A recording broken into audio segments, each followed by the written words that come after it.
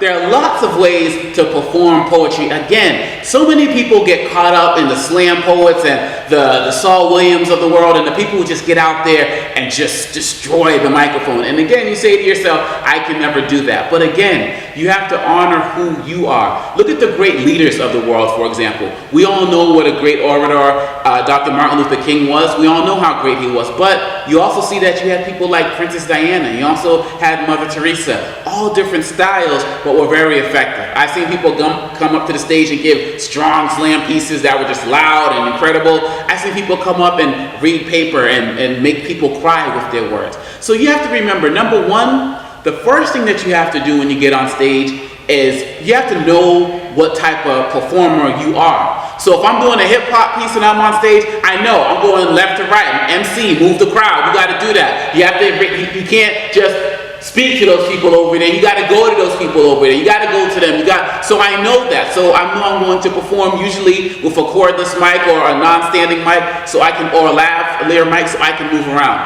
Many times, though, however, when I do spoken word, I tell myself that I'm going to be planted and I'm going to have the stand in front of me and I'm not going to deviate from it. Now again, this is my style. This is what works for me. But you have to know that, because when I do it, if you stand planted, number one, you know that you're planted firmly. And so you already may be nervous when you get on stage, but if you tell yourself before you get on, I'm going to plant myself, or I'm going to have, this is going to be my space and I'm not going to deviate from that space too much, you have to know that, because if not, you're going to develop a tendency to just wander around. And the crowd is going to know when you don't know what you want to do. So when I stand planted doing the open mic piece, feet are there, and I focus on the hands. I focus on my gestures. When I talk about rising and I'm bringing my hands up like this, or when I'm talking about something that has a heavy impact and I'm going like this, or I can use my hands as my way of communicating in addition to my voice. Now, voice is very important. I do my best when I'm performing to modulate. You don't want to necessarily, unless it's maybe a soft piece about a particular issue, or if it's a powerful piece, but generally you don't want to try to stay at one tone. You want to have fluctuations in your voice, because again, if people think that you're too loud the entire time, you're going to lose them. If people think that you're just whispering the entire time, you're going to lose them as well. So you have to make sure, usually I tend to start off slow, I tend to start off low, and then I start to bring it up as I get to and then sometimes I might bring it right back down and end quietly. So you have to pay attention to that. Another thing, you can't get up here with distractions to the audience before you even start. People can call it a pet peeve, but one of my biggest issues, I see poets getting up to the microphone chewing gum. So before they even start, they're smacking into the microphone.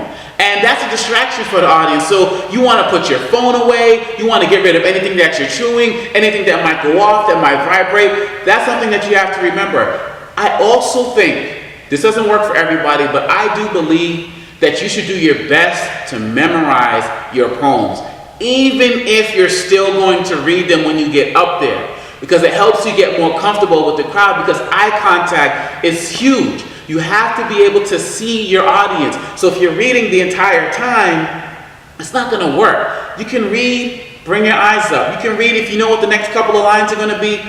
Let them see your eyes. The eyes can tell a story for you, even sometimes more than the words itself. So you have to get as comfortable with the poem as possible. And then you also have to, what the great motivational speaker Les Brown said, you have to listen to the listening, which means feel out how the audience is really responding to what it is that you're saying. Because sometimes I may have practiced a poem a particular way, but when I feel the audience, I'm like, no, I gotta speed it up. I gotta slow it down. I gotta raise it up here. Never take your audience for granted. Don't think that what you did in Arizona is gonna work when you're in South Dakota. Don't think that what you did in DC is gonna work when you go to Boston.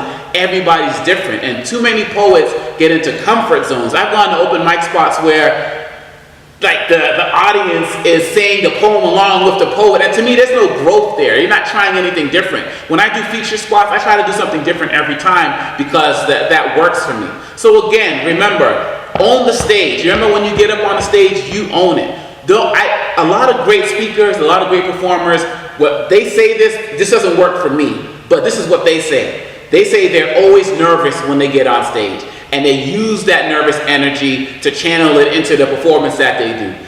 I look at it differently. My philosophy is I look at this stage as my house.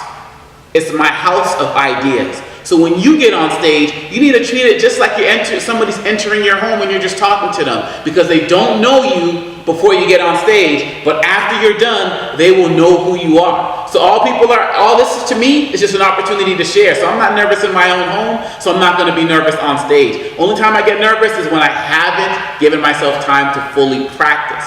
And sometimes if I'm doing a piece the first time, maybe. But generally speaking, I'm not concerned about messing up, because I know by the time I get up here, I'm committed to giving my audience my best. But if you're just walking up here, it's not going to work for you. So just remember, own the stage, practice, get rid of distractions, and remember, all you're doing up here is sharing your ideas. And if you do that, you'll be more effective than if you just got up here as random, willy-nilly, just doing anything and not communicating with the audience. You have the power to be an effective performer if you use these techniques. So now we want to talk about, how do you get out there? How do you find opportunities? There are many ways to find different opportunities to perform. One of the ways, and particularly before social media got big, one of the ways that I would find venues is I would go to the local libraries, because the local libraries always had events that were going on about local poetry readings. And so I could figure out who was going to be there, who was going to be in town. Oftentimes, people came to do readings at the library. That's one way. Another way that you can find venues is you can go to bookstores like Barnes & Nobles, and they usually have events that are listed as well. And you can talk to the people in the bookstore, particularly people who may work in the poetry section, because a lot of times you find artists who work in those sections. It's the same thing at the library. You can also go on social media and you can literally say, hey, I'm coming to town. Does anybody know any good spoken word spots? I know when I started performing in New York pretty frequently, I just went into Google and I typed in spoken word poetry events, New York. You can do that for pretty much every state where they have an active poetry scene. DC, Boston, Phoenix, Los Angeles, so many places have active poetry scenes. And I found a website that was just devoted to putting up sites. Another thing that you have to do, get into the habit of sharing your work online. Use free websites like WordPress and write your poetry up there and share them on social media, Facebook and Twitter, because that's going to help other people find you who you didn't even know existed. I've gotten invitations across the globe to share my work because somebody saw me out there, and so I learned about venues I never even heard about. So take advantage of this social media. Also, if you have a favorite poet, somebody who's living now, somebody who's out there on the scene, follow them on social media. Find where they're going to be performing. And again, a lot of poets love talking to you. So you can reach out to them on the internet through Twitter and other Facebook places and say, hey, do you know some of the best places to perform in New Mexico, in Massachusetts? Because chances are they've been there, and they will tell you as well. So when you look at it, opportunities like that, there's really no reason to not be able to find a place to perform when you're going to a different town. But if you're local, like I said, go to those libraries, go to the bookstores,